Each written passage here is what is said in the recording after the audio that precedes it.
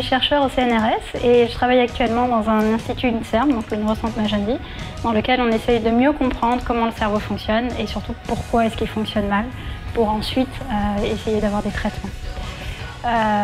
Donc mieux comprendre comment le cerveau fonctionne, ça veut tout et rien dire. Donc en fait, dans le cerveau, il y a des neurones qui communiquent entre eux. Donc un premier neurone qui va communiquer avec un deuxième neurone. Et c'est un schéma très simple. Nous, ce qu'on fait dans l'équipe, c'est qu'on ajoute une autre cellule. On appelle la cellule gliale, parce que gli, ça veut dire colle. Et au début, il y a beaucoup de ces cellules dans le cerveau, et on pensait qu'elles servaient juste à maintenir le cerveau, les cellules entre elles. Et aujourd'hui, on s'aperçoit que ces cellules-là sont essentielles pour que mon premier neurone puisse communiquer avec le deuxième neurone. Alors ça, c'est la partie, ce qu'on appelle biologie fondamentale. Et d'un point de vue clinique, on s'aperçoit que ces cellules gliales, en fait, elles fonctionnent mal dans des conditions pathologiques comme la maladie d'Alzheimer ou dans des conditions psychiatriques. Et donc, on essaie de comprendre quel est le rôle de ces cellules quand le cerveau fonctionne bien et quand il fonctionne mal. Les applications concrètes de ma recherche, eh bien, donc, pour l'instant, on est vraiment très cellulaire, mais à plus long terme, c'est essayer de comprendre encore une fois comment ça fonctionne pour voir comment ça ne fonctionne pas et avoir un traitement. Donc pour avoir un traitement, généralement, on se dit, bon, on prend un traitement, le cerveau fonctionne mal et puis ça va mieux, mais c'est très simple comme ça. Mais en fait, pour avoir un traitement, il faut comprendre pourquoi ça fonctionne mal et donc aller à la petite cellule. Et c'est ce qu'on fait nous actuellement. Dans les instituts de recherche INSERM, vous allez avoir des chercheurs comme moi, mais aussi des cliniciens chercheurs. Donc des médecins qui ont un travail à l'hôpital, mais qui ont aussi une charge de recherche.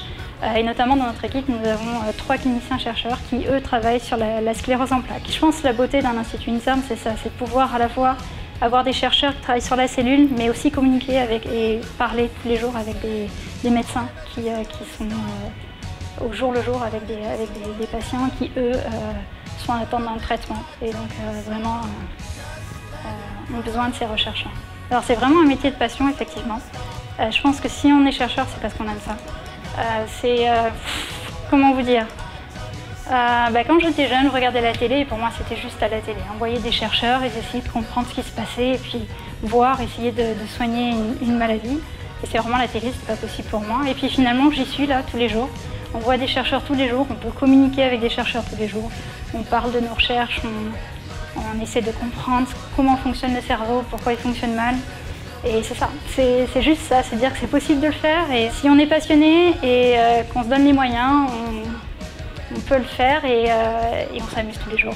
Bon, bien sûr, il y a des contraintes, il faut trouver des financements, il faut être patient, ça peut être stressant, mais je pense que dans tout métier, on a ces différents facteurs.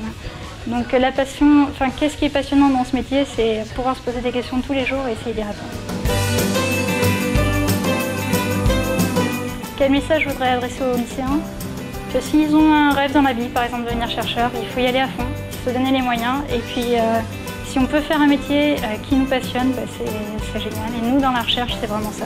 C'est vraiment, on essaie de mieux comprendre comment nous, le cerveau en tout cas, fonctionne. Et si c'est ce qu'ils ont envie de faire, il faut essayer.